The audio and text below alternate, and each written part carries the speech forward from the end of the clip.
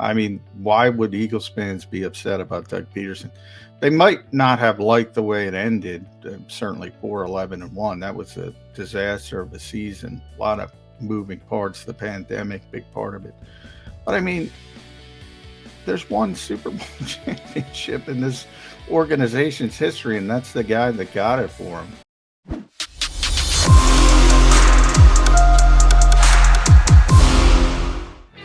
And good morning, Birds fans. Yes, we may love to argue, but one thing I'm pretty sure we won't be arguing about today is the Eagles are off to a pretty good start. 3-0 after their first 3 games this week. We'll continue to look back at what they've accomplished the first 3 games and start to look ahead to the Jacksonville Jaguars coming to town. On Sunday, you got your Mac and Mac guys, McDonald and McMullen, here to hang with you. All right, J-Mac, 2 things we need to use to kick off today's show. Number one is Nick Sirianni in his day after press conference went down a road that you correctly predicted yesterday, and also the competition in the NFC East for those who were tuned last night to the Giants and the Cowboys. Let's keep it home at first. Nick Sirianni and what he had to say after the victory, day after the victory against the Commanders down in D.C., third-party ties. You got Doug Pederson coming to town this week, which Eagle fans will certainly be interested in, and I think they will do the right thing and pay the homage they need to their only Super Bowl winning coach in the history of the franchise, but then they'll get down to football. Nick Sirianni and Doug Pederson, their tie is, yes, they've both been head coaches for the Philadelphia Eagles, one past, one present, but they also have a good third-party friend in the coach of the Indianapolis Colts, Frank Reich. You predicted yesterday that that's where the head coach of the Eagles would go this week and say nice things about Doug Pederson through Frank Reich, and that's exactly what came down yesterday, Johnny Mac. Yeah. I was the one who asked Nick the question about who's getting the text message first, you or Doug. And Nick correctly pointed out, hey, they're in the AFC South, man. Right. He's got to be rooting for us. So he mentioned he's probably got the mojo when it comes to that. Frank's a competitive guy. But it is an interesting connection, obviously. Nick doesn't know Doug that well. Right. Has only met him in passing. Doesn't have a close relationship with him, but obviously they're both very close to Frank Reich. And there's a lot of coaches, not a lot, but there's important coaches on Doug's staff that have a very big relationship with Nick Sirianni, namely Mike McCoy, who hired him with the Chargers and was his boss for a long time, and Jim Bob Cooter, who was here last year. And that was one of the strangest stories of the year. Nick just dropped him at a press conference. There's Jim Bob Cooter. And we all looked around and when did he show up? And, a lot of that, to be honest, had to do with the poor start. And they wanted sort of a sounding board, somebody who's been at a high level coaching in this league. And they called him, he was never an official part of the staff. Was that his title? Was he an special projects, with basically there to give the head coach advice. So, and he constantly from that point forward would mention Jim Bob quite a bit. And he's down with Doug Pederson and Press Taylor as well. They have some kind of relationship, which I'm not sure if I'm not sure where that stems from. I got to look deeper into that. But Press is obviously the offensive coordinator. Couldn't coach here. Well, he could coach here. Then he couldn't coach here. Now he can coach again. So you be the judge of Press Taylor. But he took a lot of hits from the organization, which I think were completely unfair. But we'll see. I mean, there's a lot of underlying storylines with Doug Pederson coming back to Lincoln Financial Field, not the least of which the Eagles have a very, very good football team. And Jacksonville's, that was my easiest prediction, Jody. I joked about some of my bad predictions yesterday. One of my easiest predictions was Jacksonville would be thrilled with Doug Pederson coming off Urban Meyer. I mean, that was the easiest. That's the easiest prediction in the world. I think they might have been thrilled with you or I if we took Yeah. over instead Well, of that's Urban why I Meyer. said it's the easiest prediction in the world. But they're very happy, and they're 2-1, and they just destroyed the Chargers, who are a good football team on the road. And Herbert wasn't healthy and all that stuff, but still, that's a pretty impressive performance. And Trevor Lawrence, all of a sudden, we talked about way back in the day when Carson Wentz, people don't they want to do all the revisionist history and act like Carson Wentz wasn't a good quarterback before all the injuries and all the nonsense started. He was a very good quarterback in 2017. A lot of that had to do with the so-called quarterback incubator of Pederson, Frank Reich, John DiFilippo.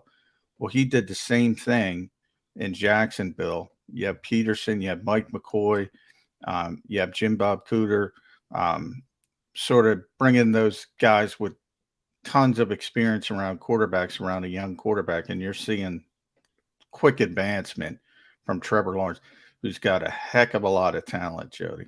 You got a lot of talent. That's why he was the number one pick in the draft, deservedly. So you might not have known it off last year's statistics, but it was a bad football team that he was joining that was just decimated from within by their head coach, which is never a good thing. So yes, the Jaguars are a much more formidable opponent coming in this week than they would have been in past years. About the matchup between these two teams, coming back to Philadelphia, Doug Pederson. I saw a little of his media availability yesterday, and he said all the right things and had a legit smile on his face when he talked about returning to Philadelphia. Yesterday on the show, we talked plenty about the fact that the Eagles have, although been scheduled for one road game, one home game, and two road games, it seems like they've actually played two home games because they, for the most part, owned the stadium on Sunday with Washington. At home, Doug Pederson coming in. Once the first kickoff goes off, I think that it's basically a game between the Jaguars and the Eagles.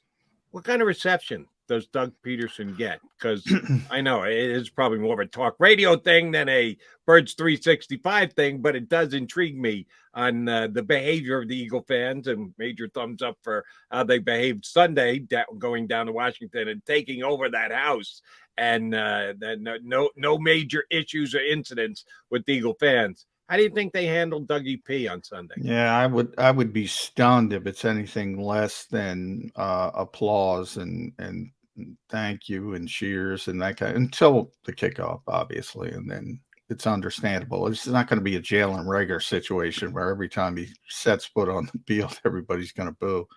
I mean, why would Eagles fans be upset about Doug Pederson? They might not have liked the way it ended. Certainly 4-11-1. That was a disaster of a season. A lot of moving parts, the pandemic, big part of it. But I mean, there's one Super Bowl championship in this organization's history, and that's the guy that got it for him. Andy Reid came back, and they were very appreciative. I don't see any difference here when Doug Pederson comes back. It's not going to be Carson Wentz angst, Jalen Rager angst. I mean, this guy did a lot for the organization. You and I talked about it. Look, I think Nick Sirianni's doing a great job, but I still don't think this is before Nick Sirianni. So put Nick Sirianni aside. I don't think they should have fired Doug Pederson. I think he should have gotten one more chance. Then if he doesn't turn it around, then you go in a different direction. That's my personal belief. I still believe that. He did so much for this organization, this city, getting him over the hump. And then I think people forget, with all the injuries and all that kind of stuff, still got to the playoffs two other times. There's nothing not to be appreciative of. And he was a good guy as well, on top of it. Nothing. There's only one thing that there's not to be appreciative of, and yours truly has been following the Philadelphia Eagles in town here for 32 years. And I was really pretty surprised. I knew back in the early 90s when Reggie White left the Philadelphia Eagles and went to the Green Bay Packers. And we all know full well the story, or I think most do, that Norman Braman, the owner of the Eagles, never even made him an offer. They just knew what Reggie's asking price was going to be. And Bremen said at the time, I'm not paying a football player that. So it wasn't like Reggie chose to leave the Philadelphia Eagles. He never had an offer to stay. And he's one of the greatest defenders of all time.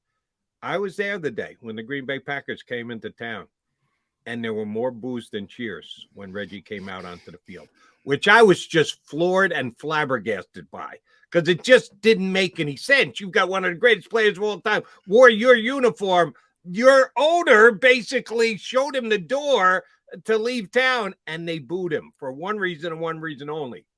He wasn't wearing Eagle green. He was wearing Packer green. And I agree. When kickoff starts, can be harsh about that. No, I'm talking about introductions. I'm talking about before the game even started. There were more boos than cheers for Reggie White.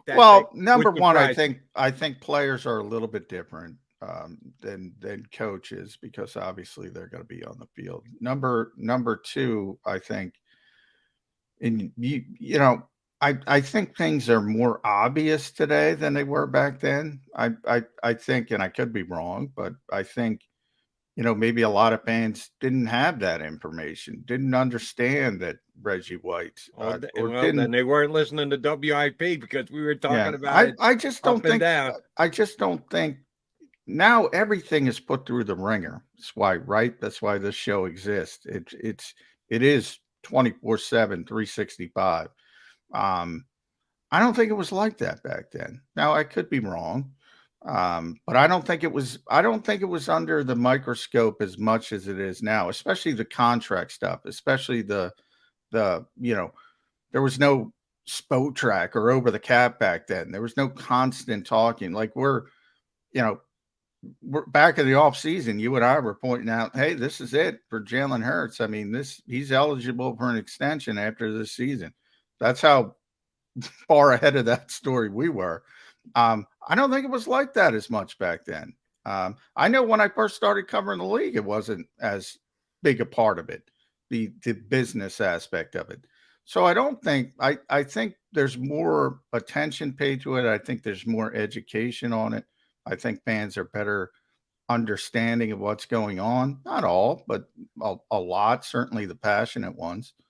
But that's just my take. And but at the end of the day, no, you shouldn't have booed Reggie White. So if there's some older fans back there, no, you shouldn't have booed the first player that I ever saw. And there's been a lot of players that have left and come back here to Philadelphia during my 30 plus years.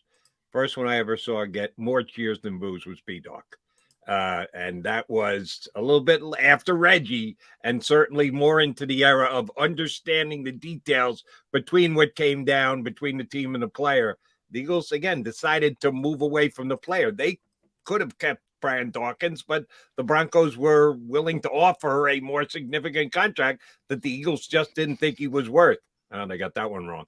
But well, what about AI? Let me tell you, I don't remember. What about? Well, I was in the house that night. He was. I was in the. Was that Wells Fargo already? Yeah, they were over to Wells Fargo already. But he was so popular. I don't remember. He was booed. He got major cheers. Yeah. The Sixer so fans. Popular. I think Sixer fans are a little different than Eagle fans. Oh yeah, Allen Iverson got 90-10 cheers over boos when he returned. So a little bit different. But you made a good point about Andy. Andy certainly got more cheers than he did boos, which you're right. Coaches and players might be a little bit different. I expect it to be a very welcoming response when Doug Pederson jogs out onto the field. Which yesterday, did you see the video on Doug? He's wearing a hat. What happened to the visor? He'll have the visor game day, I would think. I haven't paid attention. I assume he has a visor game day in Jacksonville. He's got a little bit more trim to the hair these days, not going much mullet back there the way he usually does. He had a regular baseball in season, you see Nick Sirianni, the wild gesticulation with the beard, not the beard. You don't have time to shave in season. We'll see what Dougie looks like when he comes out. All right, Giants and Cowboys last night. Johnny Mac, here was my impression. I kind of like both teams' defenses. I was impressed by the defense. Yeah, Wink Martindale should be the Eagles' defensive coordinator, man. That's who the Eagles want. Eagles fans want Wink Martindale. There's got to be a Jonathan Gannon for Wink Martindale trade because that Uh, guy's aggressive. Dude, you know don't know what? if I'd go there, but that's okay. The Giants did play pretty well defensively last night. The Cowboys played really well defensively for me. The Giants came out, at least the way that it looked on TV. They were not going to let Micah Parsons beat them. They had an extra guy with an eye on him. We're not going to let this guy beat us. Oh, so everybody else did on defense from the Cowboys. They Yeah. played a really good defensive team. Daniel Jones looked a lot like Carson Wentz to me, running for his life on almost. Well, every he snap. faced more pressure, 24 pressures on Daniel Jones. Carson only had 17, and Carson was under siege. So yeah, the Cowboys were getting at. Hey, the Cowboys, they have some. I said their roster's top heavy, but the top of their roster is good. And CD Lamb didn't play well last night, dropping Did he passes drop a all over wide the open place. pass? Yeah. And that typically isn't going to happen. But when you talk about Micah Parsons, and yeah, everybody's scared to death of that guy. And then, DeMarcus Lawrence, I think he got banged up. I think he got hurt. So maybe that helps the Eagles moving forward. Trayvon Diggs is just a playmaker. And people, you have that debate. Well, he gives up, but, that guy makes plays and he turns games. So their roster is very top heavy, but the top of their rosters, and you know who else played well? Jason Peters at left guard played pretty well. Played pretty darn well.